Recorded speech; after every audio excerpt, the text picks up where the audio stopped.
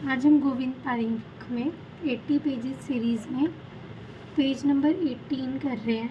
18, 19, 20 तीनों करेंगे। पहले 18 पेज, इसमें है सुश्रुत के अनुसार। हमने पिछली बार पढ़ा था चरक के अनुसार, कुष्ठ पढ़ रहे थे हम। अब है एक सुश्रुत के अनुसार एक कुष्ठ, रक्षा, महाकुष्ठ, अरुंशक और सिद्धम, यह है कफज। परिसर्प है वातज, शेष अन्य जो है शूद्र कुष्ठ वो है पैक्तिक। ठीक है, तो हमने कफज और वातिक याद रखने। एक कुष्ठ, रक्षा, महाकुष्ठ, अरुषक और सिद्धम, ये तो हो गए हमारे कफज। ठीक है, और शेष ये परिसर्प वाला हो गया वातज, और शेष अन्य जो शूद्र कुष्ठ है वो पैक्तिक हो गया। ठीक है, असाध्य महाकुष्ठ चरक के अनुसार है काकणक कुष्ठ, सुश्रुत के अनुसार पुंडरिक और काकणक दोनों है। फिर है गर्भिणी सर्प के काटने पर लक्षण क्या क्या आते हैं। ठीक है, अगर गर्भिणी सर्प ने काट लिया तो क्या लक्षण आएंगे, और प्रसूता ने काट लिया तो। अब गर्भिणी है, ठीक है, चरक के अनुसार मुख जो है उसका पांडु वर्ण का हो जाएगा, जो व्यक्ति है जिसको काटा, ओष्ठ शोथ, और नेत्र कृष्ण वर्ण के हो जाएंगे। ठीक है, ऐसे याद रखना है। देखो इसको ऐसे फेस से याद रखना है। उसके जो नेत्र हैं वो तो हो गए काले। ठीक है, जो उसके ओष्ठ थे वो मोटे मोटे हो गए, ओष्ठ शोथ हो गया। ठीक है, और मुख जो है वो पांडु वर्ण का हो गया। ठीक है, गर्भिणी वाले का हो गए। सुश्रुत ने क्या बोला, मुख पांडु वर्ण और ध्यमात, इसमें एक ध्यमात वर्ड याद रखना है। उसके बाद आता है प्रसूता सर्प के काटने पर क्या लक्षण आए, उपजीविका, मूत्र रक्त वर्ण का हो गया, और जिह्वा और क्रोध। ठीक है, इसमें हमने कैसे याद रखना है कि ऐसी फेस याद रखना है, जीवा उसमें ऐसे जीवा बनी हुई है, उपजीविका हो गया। ठीक है, फिर वही जीवा से उबासी ले तभी बाहर आएगी, तो जिह्वा उपजीविका। फिर क्रोध आ जाएगा, और क्रोध आते ही मूत्र जो है वो रक्त वर्ण का हो जाएगा। ठीक है, सुश्रुत ने उपजीविका माना, रक्त मूत्र था, और उदरशूल, इन्होंने पेट में दर्द होना बोला। ठीक है, उन्होंने जिह्वा ना बोलकर जिह्वा और क्रोध की जगह क्या बोल दिया, उदरशूल। ठीक है, उसके बाद है स्नेह की मात्राएं चरक के अनुसार। सबसे पहले स्नेह की मात्राओं में सबसे पहले हमारी प्रधान मात्रा। स्नेह की मात्राएं यहाँ पे हमने पढ़ी, उसमें है सबसे पहले हमारी प्रधान मात्रा। प्रधान मात्रा जो है, जो दिन व रात में पच जाए एवं शमनार्थ प्रयुक्त होती है। दिन रात में पच जाए और शमन के लिए प्रयोग होगी। गुल्म, सर्पदंश, विसर्प, उन्माद और मूत्र कृच्छ में ये यूज होती है। ठीक है, प्रधान मात्रा किसमें, गुल्म में, सर्पदंश, विसर्प, उन्माद और मूत्र कृच्छ में। फिर आती है मध्यम मात्रा, जो दिन में पच जाए, शोधनार्थ प्रयोग करते हैं। शोधन के लिए हमेशा याद रखना मध्यम मात्रा यूज करते हैं, प्रधान नहीं यूज करते। इसे स्नेह की मंद विभ्रंशा भी कहते हैं। इसको हम यूज कहाँ कहाँ करते हैं, जितने भी हमारे स्किन डिसऑर्डर्स हैं, देखो अरुषक, स्फोट, पीड़िका, कंडू, पामा, कुष्ठ, प्रमेह है वह वात रक्त में। फिर आते हैं हीन मात्रा, जो आधे घंटे में ही पच जाए, वो किस में हम देंगे, ज्वर, अतिसार, मतलब जिनमें हमने जल्दी काम कराना है, ज्वर, अतिसार और कास में निर्दिष्ट है। उसके बाद आती है सुश्रुत के अनुसार चतुर्थ भाग गते अहनी, मतलब एक प्रहर में पचने वाली, जो किसमें पचे, एक प्रहर में अग्नि दीपक होती है और अल्प दोषों में हितकारी है। फिर है अर्ध को दिवस, जो 6 घंटे में पचे। ठीक है, 6 घंटे में पचने वाली वृष्य, ब्रीहण और मध्यम दोषों में देंगे। फिर है चतुर्थ भाग अवशेष, 9 घंटे में पचने वाली, स्निग्ध कारक, अधिक दोषों में देने हैं।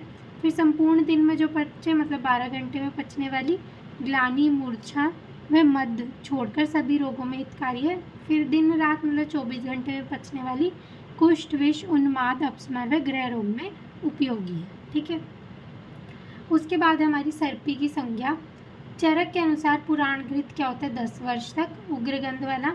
प्रपुराण कौन सा होता है, 100 वर्ष तक, जो लाक्षारस के समान है। सर्व रोगापहम, मेध्य और विरेचनेशु अग्र है। ठीक है, सुश्रुत ने बोला है कुंभ सर्पी, जिसको बोला है 111 वर्ष तक जो है रक्षोघन होता है। ठीक है, अरुण दत्त के अनुसार पुराण घृत होता है 15 वर्ष पुराना। हारित ने बोला जितना पुराना उतना गुणशाली होता है घृत। भाप्रकाश ने क्या बोला, 1 वर्ष पुराना पक्व घृत जो होता है वो हीनवीर है। तेल को पकाओ ना पकाओ, पुराना होने पर उत्तम ही होता है। ठीक है, चरक ने बोला पुराण घृत 10 वर्ष तक, उग्रगंध वाला। प्रपुराण 100 वर्ष तक, कुंभ सर्पी सुश्रुत की 111, ठीक है। प्रपुराण 10 से हम 100 वर्ष ले सकते हैं, ठीक है। अरुण दत्त के अनुसार पुराण घृत 15 वर्ष पुराना। हारित ने बोला जितना पुराना उतना गुणशाली। फिर भाव प्रकाश ने बोला 1 वर्ष पुराना पक्व घृत जो होता है वो हीनवीर्य, और तेल को पकाओ या ना पकाओ वो पुराना होने पर ही उत्तम होता है, ठीक है। रिवाइज करते हैं। सुश्रुत ने एक कुश, रक्षा, महाकुष्ठ, अरुणशक व सिद्धम, इनको क्या बोला? कफज बोला। परिसर्प को वातिक बोला। शेष अन्य जो है वो शुद्र कुष्ठ, वो उन्होंने पैक्तिक बोला, ठीक है। उसके बाद असाध्य महाकुष्ठ कौन कौन से? चरक के अनुसार कांकणक और सुश्रुत के अनुसार पुंडरीक और कांकणक, ठीक है। फिर आता है गर्भिणी सर्प के काटने पर लक्षण क्या होते हैं? कृष्ण वर्ण के नेत्र हो जाते हैं, ओष्ठ में शोथ और मुख पांडु। सुश्रुत के अनुसार मुख पांडु और ध्यमात मतलब गिर जाएगा, ठीक है। उसके बाद है प्रसूता सर्प के काटने पर चरक के अनुसार उपजीविका, जृंभा, क्रोध और मूत्र रक्त वर्ण हो जाएगा। सुश्रुत के अनुसार उपजीविका रोग प्लस रक्त मूत्रता और उदरशूल हो जाएगा। फिर हमने पढ़ी स्नेह की मात्राएं प्रधान, मध्यम और हीन। प्रधान जो दिन रात में पच जाए, मध्यम जो दिन में, और हीन मात्रा जो आधे दिन में ही पच जाए। शमनार्थ हमने प्रधान मात्रा लेनी है, शोधनार्थ मध्यम मात्रा लेनी है। प्रधान मात्रा के लिए रोग हैं गुल्म, सर्पदंश, विसर्प, उन्माद और मूत्रकृच, और मध्यम मात्रा में सारे स्किन डिसऑर्डर आ जाएंगे, और हीन मात्रा ज्वर, अतिसार और कास में निर्दिष्ट है। फिर सुश्रुत के अनुसार स्नेह की मात्राएं चतुर्थ भागते अहनी मतलब 1 प्रहर में पचने वाली, अर्ध को दिवस 6 घंटे में पचने वाली, चतुर्थ भाग अवशेष मतलब 4 भाग अवशेष रह गए तो मतलब कितने रह गए? 9 घंटे में पचने वाली, संपूर्ण दिन में 12 घंटे में पचने वाली, और दिन रात 24 घंटे में पचने वाली। फिर सर्पी की संज्ञा आई। चरक के अनुसार पुराण घृत 10 वर्ष पुराना, प्रपुराण जो है वो 10 से 100 वर्ष पुराना। सुश्रुत के अनुसार कुंभ सर्पी 111 वर्ष तक जो रक्षोघन है। अरुण दत्त के अनुसार पुराण घृत 15 वर्ष पुराना। हारित ने बोला जितना पुराना उतना गुणशाली।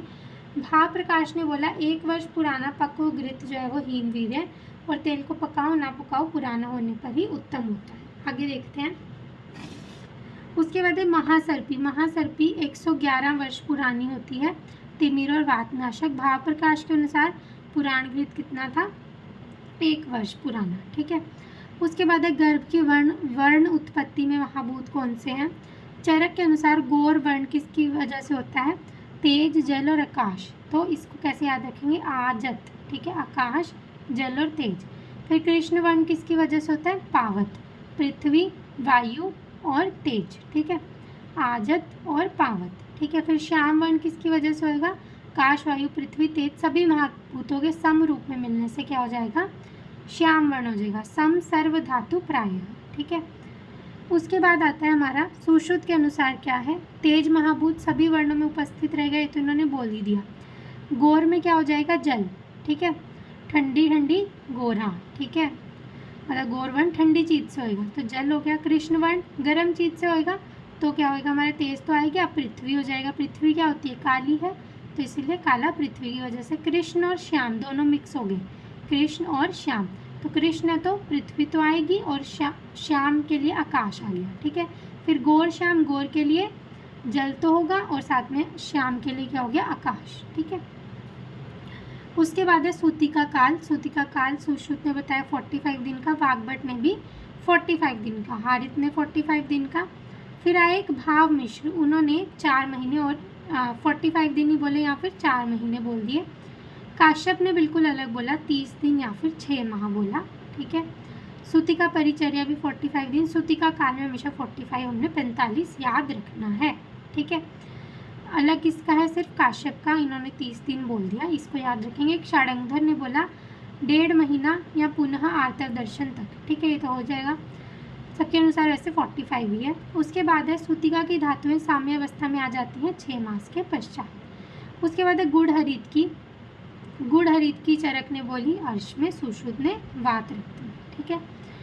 उसके बाद आता है इंद्र युधा जलोका से दष्ट होने पर होने वाला रोग जो होता है वो असाध्य होता है। जलोका को रक्त मोक्षण के बाद होने वाला रोग कौन सा है? इन्होंने दिया हुआ है। सुश्रुत ने बोला इंद्रमत, और वाग्भट ने रक्तमता बोला, ठीक है। उसके बाद आता है हमारा ओज सबने क्या क्या बोला? सर्व शरीर व्यापक, पूरे शरीर में फैला हुआ है, ठीक है। सुश्रुत क्या थे, सर्जन थे, ठीक है। एनेस्थीसिया पूरे शरीर में जाता है, इसलिए इन्होंने ओज को भी बोल दिया कि ओज नहीं होगा तो एनेस्थीसिया देंगे तो बंदा जो है वो मर जाएगा, तो सर्व शरीर में व्यापक ओज सुश्रुत ने बोला। फिर चरक और वाग्भट, चरक और वाग्भट जो थे वो हमेशा दिल से काम लेते थे, दिल में इन्होंने बोला सिर्फ दिल में ही ओज होता है, ठीक है।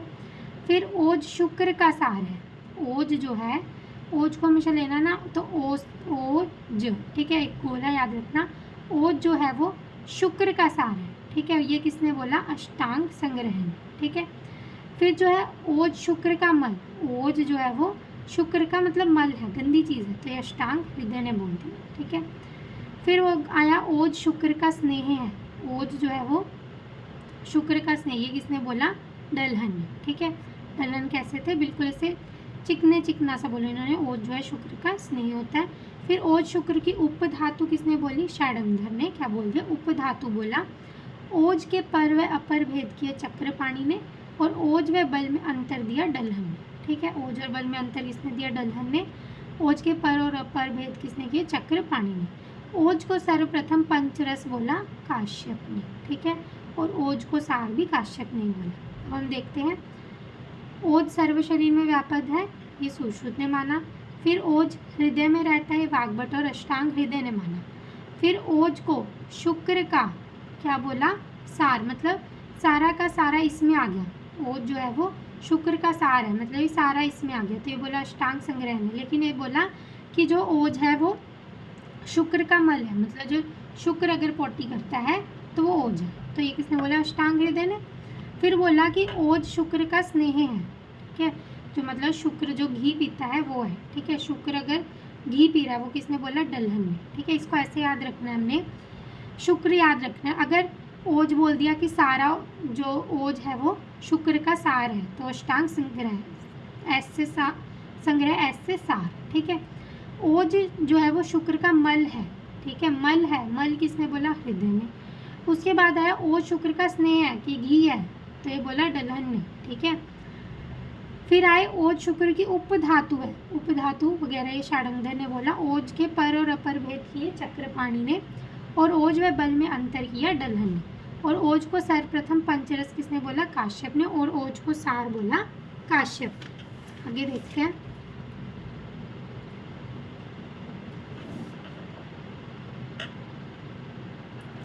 आगे विभिन्न शिरो रोगों में, हमने ये वाला पेज रिवाइज नहीं किया, रिवाइज करते हैं पहले। महासर्पी जो है वो 111 वर्ष पुराना होता है, तिमिर व वातनाशक। भाव प्रकाश ने पुराण गृहित 1 वर्ष बोला। फिर गर्भ में वर्ण उत्पत्ति में महाभूत कैसे थे, चरक ने क्या बोला है, गौरवर्ण आजत, चरक ने गौरवर्ण किसको बोला, आजत। और कृष्ण वर्ण के लिए क्या बोला, पावत। श्याम वर्ण के लिए सभी महाभूत वाला बोल दिया। फिर सुश्रुत के अनुसार तेज महाभूत तो सब में रहेगा, गौर के लिए आ जाएगा जल, कृष्ण के लिए पृथ्वी, कृष्ण और श्याम के लिए पृथ्वी और आकाश, गौर के लिए जल और आकाश। फिर सूतिका काल में हमने 45 डेज याद रखना है। गुड़ हरित की चरक ने अर्श में, सुश्रुत ने वात रक्त में। इंद्रियोधा जलोका से दष्ट होने पर असाध्य बोला। जलोकों को रक्त मोक्षण के बाद अगर रोग को इंद्रवत सुश्रुत ने बोला, और वाग्भट ने रक्तमता बोला, ठीक है। फिर ओज के बारे में बोला है, सर्व शरीर में व्यापक बोला सुश्रुत ने। हृदय में स्थित बोला चरक व वाग्भट ने। ओज शुक्र का सार बोला अष्टांग संग्रह ने। ओज शुक्र का मल है वो बोला अष्टांग हृदय ने। ओज शुक्र का स्नेह है दलहन ने। ओज शुक्र की उपधातु है षडंधर ने। ओज के पर और अपर भेद किए चक्रपाणी ने, और ओज व बल में अंतर किया दलहन ने। ओज को सर्वप्रथम पंचरस कहा काश्यप ने, और ओज को सार किसने बोला, काश्यप ने। आगे देखते हैं,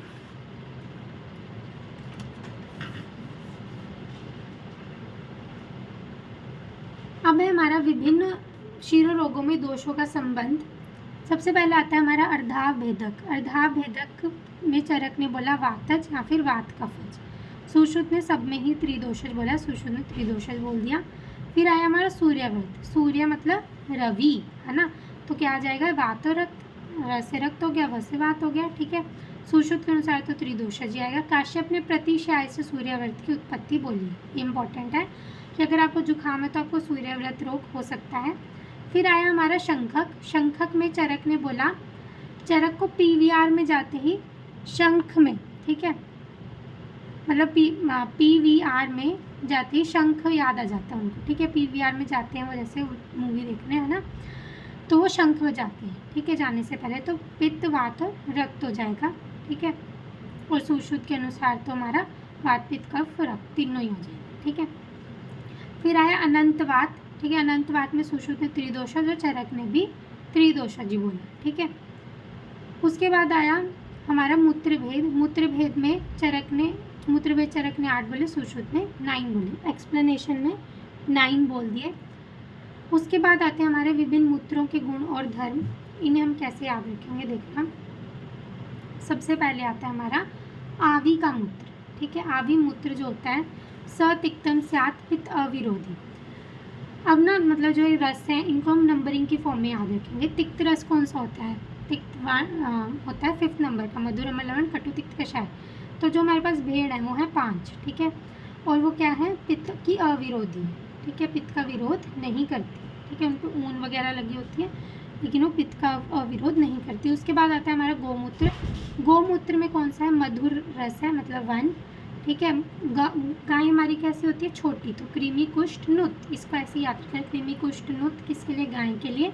तुम हाथी में देखोगे तो वो कृमि कुष्ठा नाम आएगा, ठीक है, कृमि कुष्ठा नाम, यहाँ गलत लिखा है, इसको ठीक कर लेना।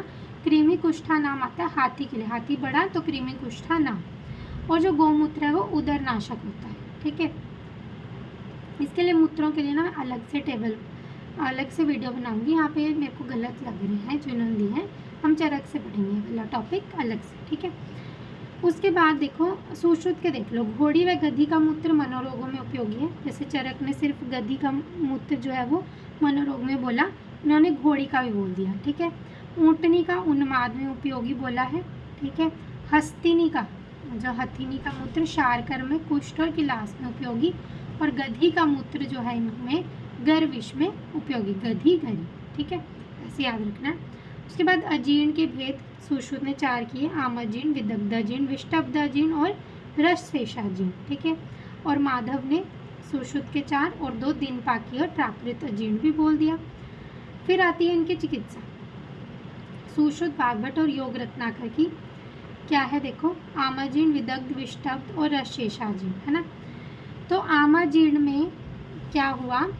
लंघन कराते हैं, ठीक है। विदग्धाजीर्ण में हम क्या कराते हैं? वमन। विष्टब्धाजीर्ण में हम क्या कराते हैं? स्वेदन। और रसशेषाजीर्ण में शयन, ठीक है। अब देखो आमाजीर्ण मतलब आम पड़ा हुआ है, आम को तो हम पचाएंगे तो लंघन करा दिया। विदग्ध, विदग्ध मतलब सड़ गया, अब सड़ गई कोई चीज़ तो उसको तो हम उल्टी कराएंगे तो इसलिए वमन हो गया, ठीक है। फिर आता है विष्टब्धाजीर्ण। विष्टब्ध का मतलब होता है जमा हुआ, तो जमे हुए चीज़ का तो हमें स्वेदन ही कराना है, तो हो गया हमारा स्वेदन। फिर रसशेषाजीर्ण मतलब जो बची हुई चीज़ है उसको हम सो जाएंगे, रह गया तो मतलब सो जाना, ठीक है। योग रत्नाकर ने बस एक चीज़ करी कि इसको रिप्लेस कर दिया, इसमें वमन बोल दिया, इसमें लंघन बोल दिया, ठीक है। उसके बाद आता है काश्यप का। काश्यप ने विदग्धाजीर्ण, श्लेष्माजीर्ण, रसशेषाजीर्ण और आमाजीर्ण बोला। अब आमाजीर्ण में वही लंघन, रसशेषाजीर्ण में इन्होंने क्या बोला था? शयन, इन्होंने शोषण बोल दिया, ठीक है। श्लेष्माजीर्ण में इन्होंने स्वेदन बोला और विदग्धाजीर्ण में इन्होंने दीवा स्वाप, ठीक है। उसके बाद आता है षडंगर के अनुसार 3 अजीर्ण है, विष्टब्ध, विदग्ध और आमाजीर्ण, और इनको ही विष अजीर्ण या फिर रस अजीर्ण भी बोलते हैं, ठीक है। रिवाइज करते हैं। अर्धाभेदक, आधे सिर में दर्द है, चरक के अनुसार दोष, वातज या फिर वात कफज, ठीक है। सुश्रुत के अनुसार त्रिदोष, सूर्यावर्त में सूर्य मतलब रवि, तो रक्त और वात। सुश्रुत के अनुसार त्रिदोष, काश्यप ने प्रतिशय से सूर्यावर्त की उत्पत्ति मानी। शंखक में क्या बोला इन्होंने? PVR।